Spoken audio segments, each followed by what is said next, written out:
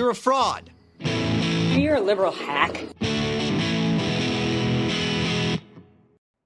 24 Okay. or something, maybe. All right, I think we're rolling. All right, Happy New Year's, Okay. Nico. Happy New Year's to you. How are you doing? Good, How was pal. Have a good New Year's. Very relaxed. Just me and the wife. We had a nice, just very casual. I just sort of polished a bottle of wine. Just watched the fireworks. Did absolutely nothing. It was good. Probably watched a movie, knowing you. No, Oh, actually, hate movies. Hate them. that was me. Yeah. What did you watch? What was your final movie? Jurassic Park 3 ended up Oh being. no! So that was the one you left 23 on. It wasn't the. It was like the 367th movie of the year, so that was okay. Because it was the last movie, but it wasn't the last of my watch a movie every day. So that was all right. And just for those, keeping track at home, so remind us of how many days there are in a year. This past year there was 365. Sometimes. So you're over a movie a day. I was over a movie a day. And yeah, I'm pretty good. Kind of disappointed though, because 367 and 365 days doesn't really have the ring to it that I watched, 1.07 movies a day. Just you're over a movie. You're over a point per game. That's pretty good. That's what in baseball. I'm batting 1,000.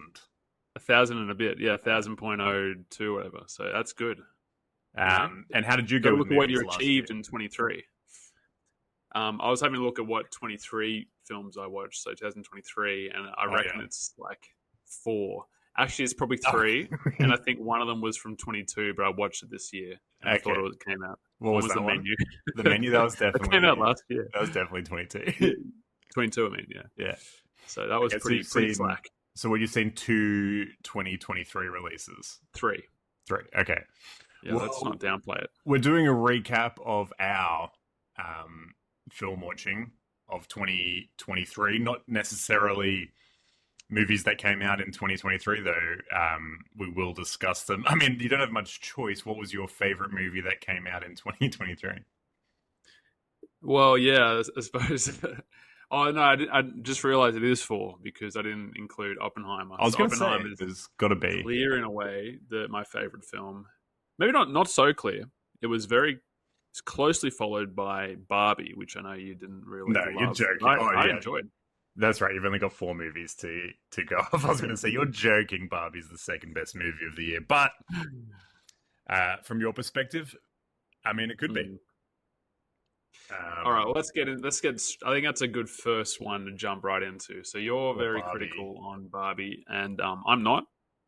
And I like it from the fact that it's an important point in cinema. So Barbie came out and everyone, it was completely packed, as in you couldn't book in Canberra. This is Canberra. Where there's not that many people.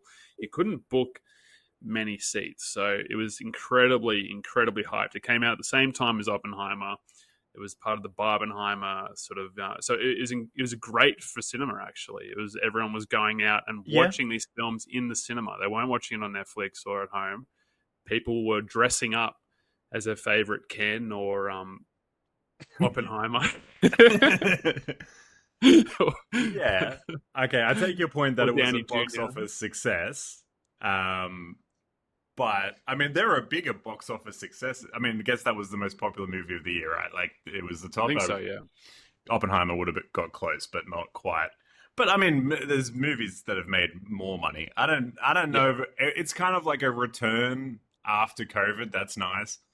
I don't particularly think that Barbie is a significant cinematic moment, achievement, any of those things. I don't think we'll be thinking about it in 5 years. I think it is. And it's not for the reason that it did incredibly well at the box office. It's for the reason that it brought potentially new customers into the world of cinema that really hadn't been or hadn't women. No, well, I mean, not just women, but just ordinary like people who aren't lining up to watch a film. So, I mean, Titanic did something similar in that it was a movie that was ostensibly just. I think Titanic was amazing in the fact that it covered every single demographic when it came out. It was a film for the boys. You get to watch Poseidon-like adventure and watch the ship collapse. Disaster movie. For the girls, you had Leo at his at his hottest. And then the history buffs, they're like, I don't know about Titanic. Yeah. And I want to see, if it's reenacted to an acceptable level. I mean, this happens. You get those movies. Avatar was another one, obviously. It's the biggest movie of all time. Avengers, the different Marvels. And, those are significant moments. I hope that... and I'm worried that Barbie, like, Iron Man in 2008 or whenever, is going to inspire 12 years of toy movies. And... I mean, that likely will happen. So, I mean, when you boil it down, it really is just a movie about a toy. It's sponsored by Mattel or whatever. Mattel, yeah. Mattel. Mattel Scorsese. Mattel Scorsese. So, I mean... Did you like the movie? When you look at it like that, it is a bit of a... it's coming from a corporate... It's a corporate movie, but it's not a corporate audience. What is it? It's kind of like lib washing or like left washing. It's like you get Greta Gerwig and Margot Robbie and you make it all cutesy, but at the end of the day, it's like a horrible product, Barbie. And we can go into the arguments. Is Barbie good? Has it got better? Whatever. I think overall, I'm not being like, who really needs a public perception boost is this like horrible toy company that has been making like sexy dolls for young girls for 70 years. Yeah. So I don't think the film is for them, though. It's produced by them. It is for them. It's as what about the scene with the Barbie? As important for toys as Jurassic Park. No, what about the scene with the woman who invented Barbie? And they're like, the scene where the woman who invented Barbie shows up and Margot Robbie treats her like Rosa Parks, like she's this significant female, like historical figure. She invented Barbie, and she was around when Barbie was just like tits and legs, and like that was what Barbie was. It wasn't like, oh, Barbie's a black astronaut lady or Barbie's disabled. It's like Barbie's like a hot, thin, blonde woman with big tits. That's who she was. And they did a weepy scene where she shows up and tells Margot Robbie that she's a real girl or fucking whatever. I can't remember. But I mean, like the film even tackles that. It's era adjusted. So at the time, I'm assuming, I don't know because I wasn't around in the 1950s, but girls would get baby dolls to play with. They didn't get action figures like, G.I. Joes and, like wrestlers or I don't know. They didn't have the wrestlers. So Barbie was like army figures. Barbie was like the G.I. Joe for little girls. And so it wasn't just about, creating a perception of beauty standards. That was obviously a side product to that, but it was also, you needed Barbie to then get the black astronaut. We needed you needed to have skinny legs 11 Barbie to get that. And the film kind of does go through the role of the original skinny Margot Robbie looking Barbie and why that was important to start with, because the main character even says, or the main character's little girl says, look, she's created an unrealistic beauty standard for all women. I mean, so it does sort of like tackle that. I don't think it avoids it. It doesn't avoid the issue. Yeah, it's a bit of a love letter for Mattel. I agree with that. Sorry? It hand waves it a bit. It doesn't like condone it, and it does do a little bit of deconstruction. But anyway, I think it's just a weird movie for me. I didn't get it in a way that's favorable for the skinny legs Barbie. But I think without stepping on itself, I think that to me was my assessment. It was a hard movie to make have any sort of significance, relevance, anything to say. It was always going to be a tricky movie to do that with. And I think Greta and Noah and Margot didn't really go too far down that route. It was more like a kids movie that had a nice message, or nice enough. My issue, I think, was this perceiving it as one of the great films of any time length. But anyway, that's maybe No, enough well, Barbie. it's not. I mean, it might be dress. I think it's not about. I think it's bigger than the film and the message of itself. It's more about the impact it will have on. I think cinema. I say cinema. I mean, blockbusters are cinema. I think it will have a lasting impact. Now, I hope not. So the Lego Movie. I'm not sure where you stand on the Lego Movie and the Lego Batman. Similar to whether you Barbie, like but them better. or not. But I mean, that's so obviously a toy product. Yeah, they were created toy to that ads. sell more Lego. That's so obviously the point of that movie. I think there's an actual beyond selling more Barbie dolls point to Barbie, and I know there has been Margot Robbie Barbies sold since. I mean, of course that's going to happen. That's just a natural progression of the film. They'll be dumb not to sort of capitalize on that. But the film wasn't made for that reason. Lego Movie was made for that reason. But I think Lego Movie was made to sell more Lego. I mean, perhaps the Lego company decided to make the Lego Movie to sell more Legos, but I think the filmmakers of the Lego Movie, who is Phil Lord and Chris, whoever those guys are, who I don't really rate, but I don't know. I mean, the Lego Movie, I really enjoyed it at the time. I thought it was funny and sweet. It's enjoyable. Yeah, but it doesn't have a message. It's the message. Not every the movie same needs thing to have we've a seen message. in every other kids movie. That's my point. On. Is that no? It is. It's the Lego movie. The Lego movie about, was fresh. It was exciting at the time. People really enjoyed it. Not fresh, but I liked it. I love Lego. I've got a lot of Lego. Well, Way I too thought much it was Lego a better. for a Just 32-year-old. because Barbie's got a message that's not the be all. I thought Lego Movie was a better movie than Barbie. No, disagree. Heavily disagree. All right. Very disagree. We'll leave that one to history, shall we? I think the points that you're arguing against Barbie, you're sort of completely whiffing on for Lego Movie. But the Lego Movie isn't like saying that it's like this really significant, important movie for young girls everywhere. It's saying this is a goofy movie about Lego. Here's some funny lines. Here's like a sweet story or whatever. The guy gets the girl kind of thing. That's the movie it's trying to be. So I rate it against what it's attempting. No, well, so you're basically saying because it's only aiming for a bridge. I mean, it's aiming for a home run. The Barbie. It's movie. like Transformers is aiming for the Lego Movie is not. I give, like I always say to you, I give points for the grandiose, going for the absolute home run in a film. It depends on what the movie's trying to be. I don't think it's a good film, but it goes for a massive. What is the meaning of life? As part for sure, of you get some points for trying in that kind of situation, but like not every movie is trying to be grandiose. Like Transformers or Die Hard or John Wick are aiming for a different thing than like The Godfather or Blue Black Permanent or like Beau Travail or any of these other movies. So you have to judge it on its on what it's attempting. And I think the Barbie movie, its reach out, exceeded its grasp or whatever. And the Lego Movie was trying to go for a different thing, like funny, good time, not like message, important movie. Those are different things. No, I think it was a bit of both for Barbie. I mean, it was a comedy. There was funny moments, and also you're talking about the message. I mean, the message might not have.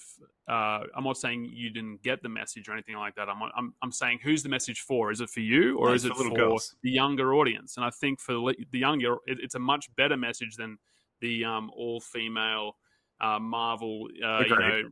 It's like that. It is something for them, and I think it does actually nail its message. But that's the thing. Is it a movie for cinema lovers? Is it for everyone, or is it for little girls? Well, I think it's for everyone. That's well, then because of how many people it's great for like little girls because it's supposed to be for everybody. Like it being good for little girls doesn't mean that I'm enjoying it. Okay, I say that because I'm not the prime demographic, but I still rated this movie highly. I still really enjoyed the movie. I got a lot out of it. The same as Lego. I'm not. Well, I kind of am. I'm a little bit more the demographic for the Lego movie. Yeah, you are. I am for the Barbie movie, but I got much more out of the Barbie movie, which wasn't for me. Fair enough. But I found I still was able to enjoy it in and of itself. For the people that it's for, I think it absolutely landed. I mean, yeah, I think little girls would watch that movie and love it. I agree. We need to get, obviously, a 7-year-old on the podcast and put this to bed. That would be pretty fun to do a Barbie podcast, but yeah, just have my 7-year-old niece. All right, we've wasted like 20 minutes talking about fucking Barbie. Let's talk about some other I really enjoyed. Yeah, Oppenheimer, I think, was probably my top movie of the year, followed closely by Killers of the Flower Moon. I really liked they cloned Tyrone, which is one that didn't get a lot of buzz or anything. It was John Boyega in a really cool, interesting role where he's able to stretch his acting chops a bit. Kiefer Sutherland is showing up in a bunch of movies. Yeah, that was a really good one. Oh, really? Yeah. John Boyega's, I feel like I've enjoyed him in everything I've seen. I think I've saw him first in Black Mirror, so since then was obviously Get Out, but I liked him in Nope. You didn't like Nope, is that right? Am I reading that room? John correctly? Boyega is not in Nope or Get Out. Oh man, he's the guy from Star Wars. Isn't he? Yeah, he's the Star Wars guy. Oh, Do you want me to edit really that out, or bad. should I leave it in? What do you reckon? Who was that guy? I was in that. Oh shit, I've actually. He's got a similar name though, hasn't he? I don't think. God, I hope so.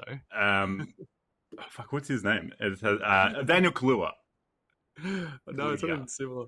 John Oh, Boyega, Daniel Kaluuya. You know, I mean, it's similar. I can see how they seem similar to you. John Boyega. Yeah. Anyway.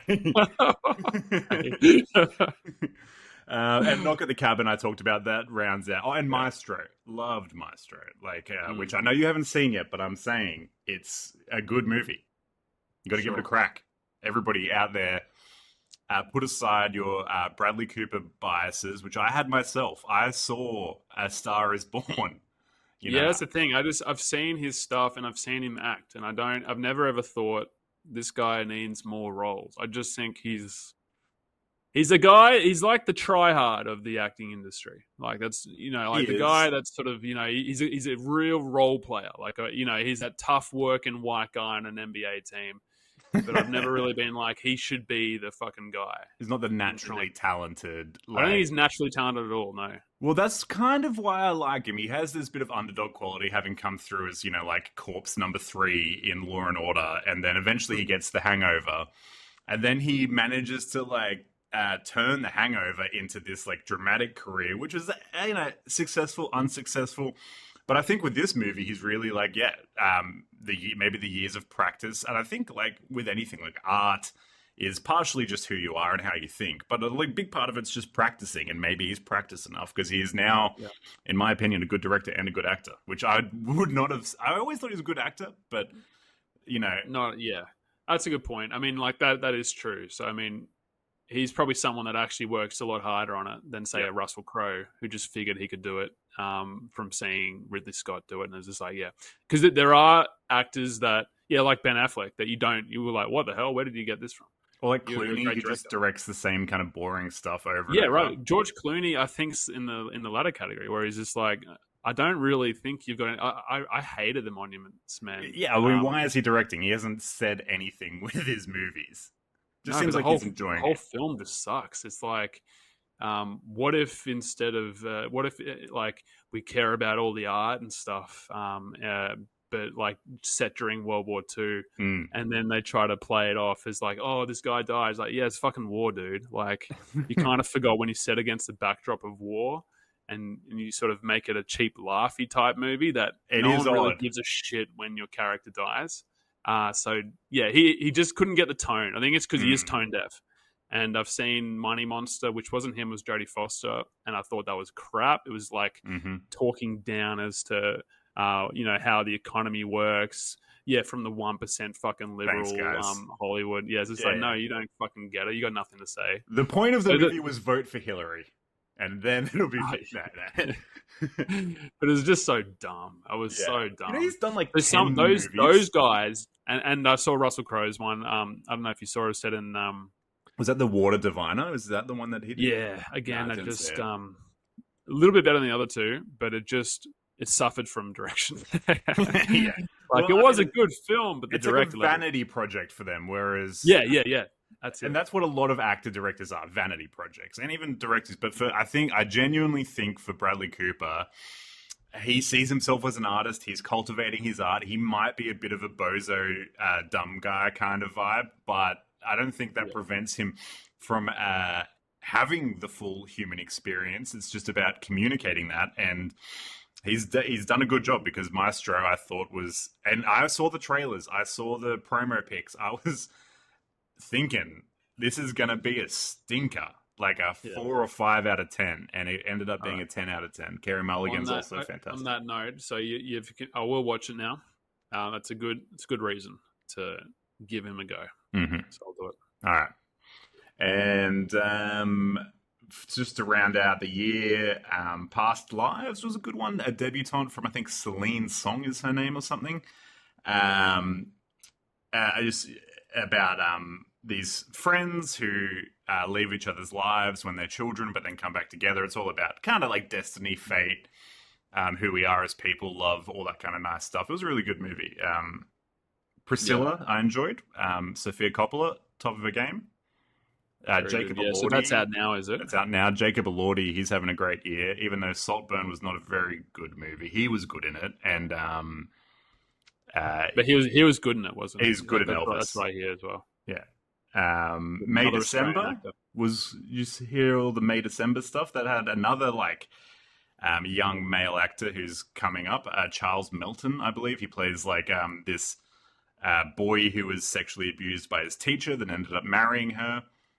Kind of based on a true story. And he plays a really good version of a guy who's, Arrested Development. He basically hasn't matured at all since his teacher abused him when he was 13 years old. And he is, phenomenally good in that movie, which I've never seen him in anything before. I think he was in Riverdale for 6 seasons. And then he ended up in May, December. I'm thinking of. Is it, Charles Milton? How do you spell Milton? Melto. I think that's his name, Charles Melton. If same guy I'm thinking of. I think he's in this new film by George Clooney. Oh, really? Well, maybe not. Going to get some hype. He's only got 2. Those were some of my top movies that came out this year. Now, did you see any movies that didn't come out this year that you were very excited about this year?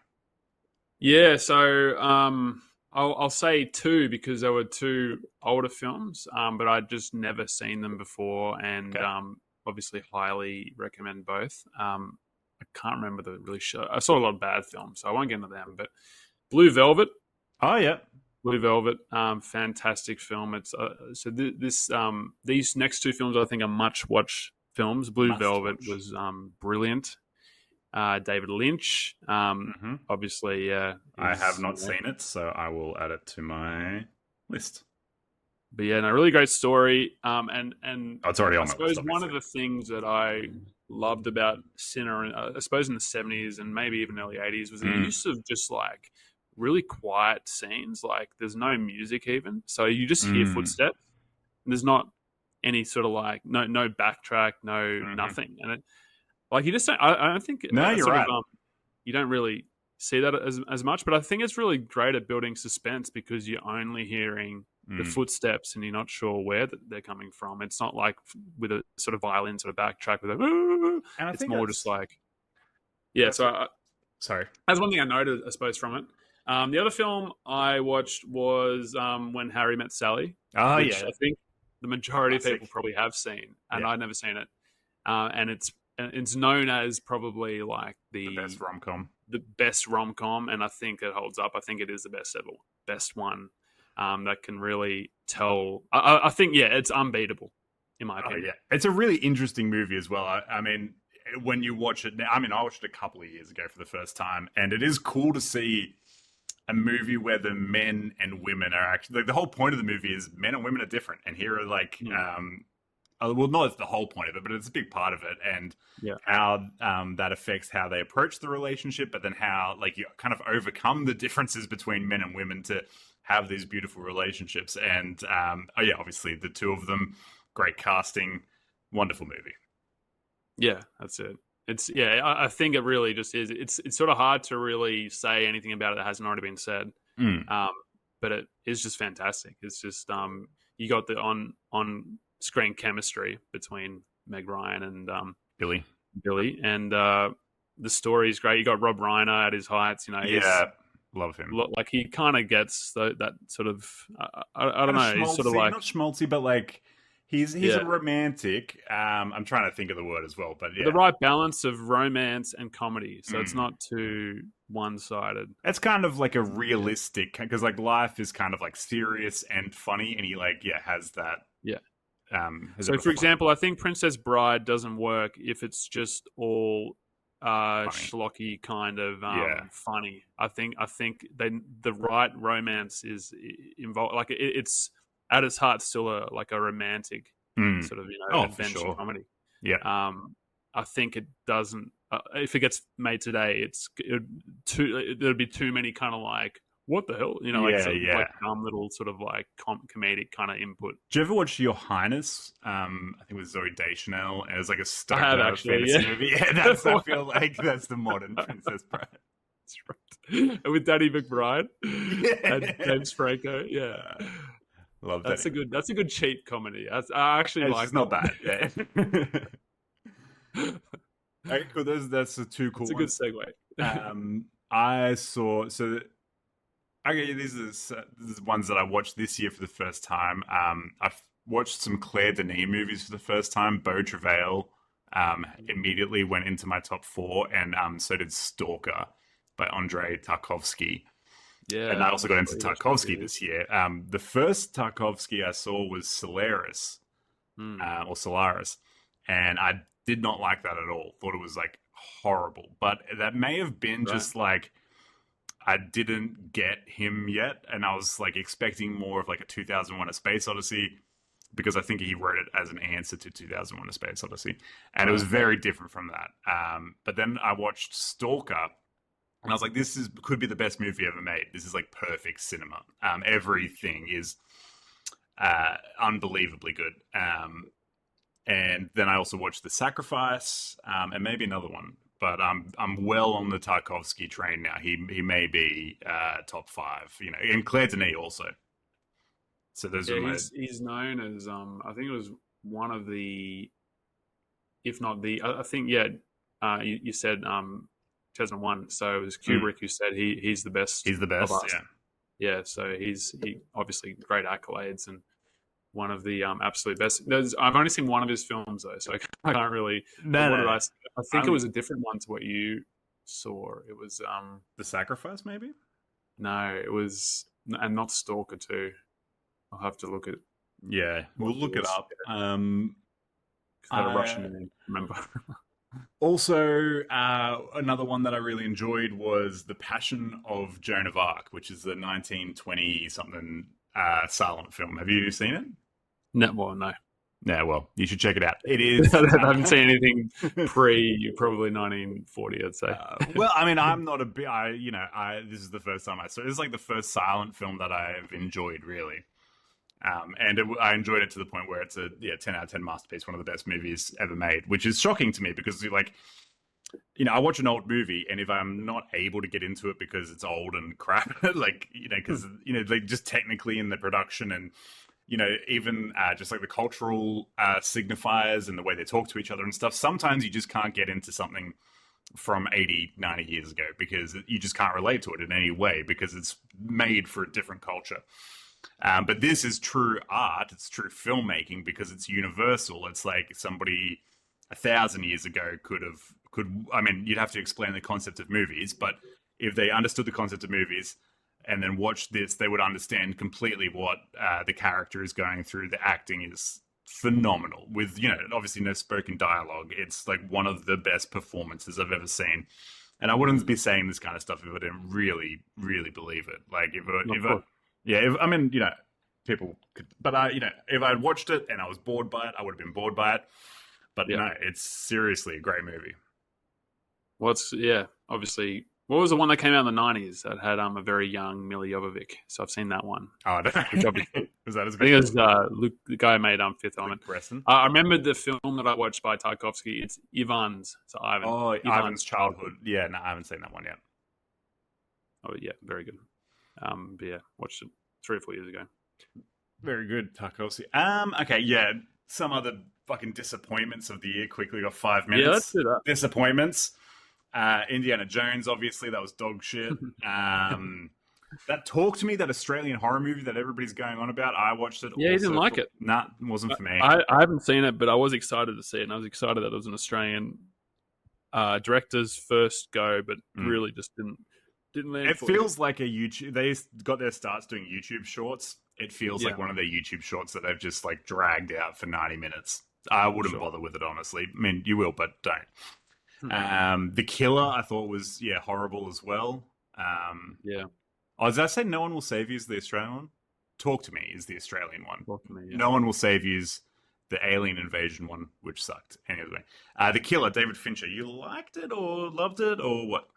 No, I haven't seen that one too. So that's one that's on my list to watch. I think from reviews though, and including yours, I think I'll probably like it a little bit better in terms of like that's maybe a little bit more my sort of subject matter. But what didn't you like about it? Was it just performances, direction? Fassbender's not really given much of an opportunity to do anything, but he's not particularly good within his confines.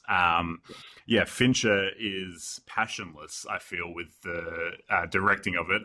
It's all like the CGI impact shakes when they're having the fight scene is a really great example of what he's doing. It's like you could really easily shake the camera in real life, but he wants to like digitally make the perfect shake, which just to me reads as sterile and unimpassioned. I really just am getting against his style, I think. And then the story is just but not very good. He's like, people seem to think that it's like a comedy, like, oh, he's painting him as a badass, but really he's not very good at his job. I think Fincher is painting him as a badass, and people just are misinterpreting the movie as a bit of a comedy because there are moments when he does fuck up. But I know Gen Z has this ironic self-effacing style that means they can't take it seriously, but I think it's meant to be serious. I think he's meant to be a serious badass. He has one of the worst lines of the year. He's like, there's all these like big tough guys being stupid or whatever. He's like, there should be a month-long waiting list on creatine orders. Like, you know, when you buy a gun, you have to go on like a waiting thing before you get a gun. It would have been funny in 2008. Yeah, and like creatine is not steroids. If it was steroids, I would understand the joke. But creatine doesn't have any mental. It's just like a dumb, fucking stupid line, and that's like the whole movie. Anyway, fuck The Killer. Yeah. I feel like he wrote that line in 2008. Creatine was much. It's like that's kind of not really much of a thing anymore. No, or is it? I don't know. You're the bodybuilder, aren't you? Yeah, that's right. No, it's like no. Yeah, it's nothing. It's a weird reference.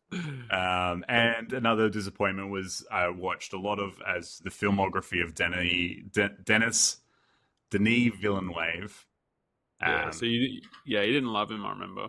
In terms of reading up on or watching more of his stuff wasn't quite your thing. We had a whole pod about it. People want to get your views. Move past it. All right. We've only got a minute left of this pod. If you want to chuck anything out there about your 2023, I'm trying to remember any other. Like I watched a lot of shit films, but I think it was just so bad that I didn't recall what the film was called.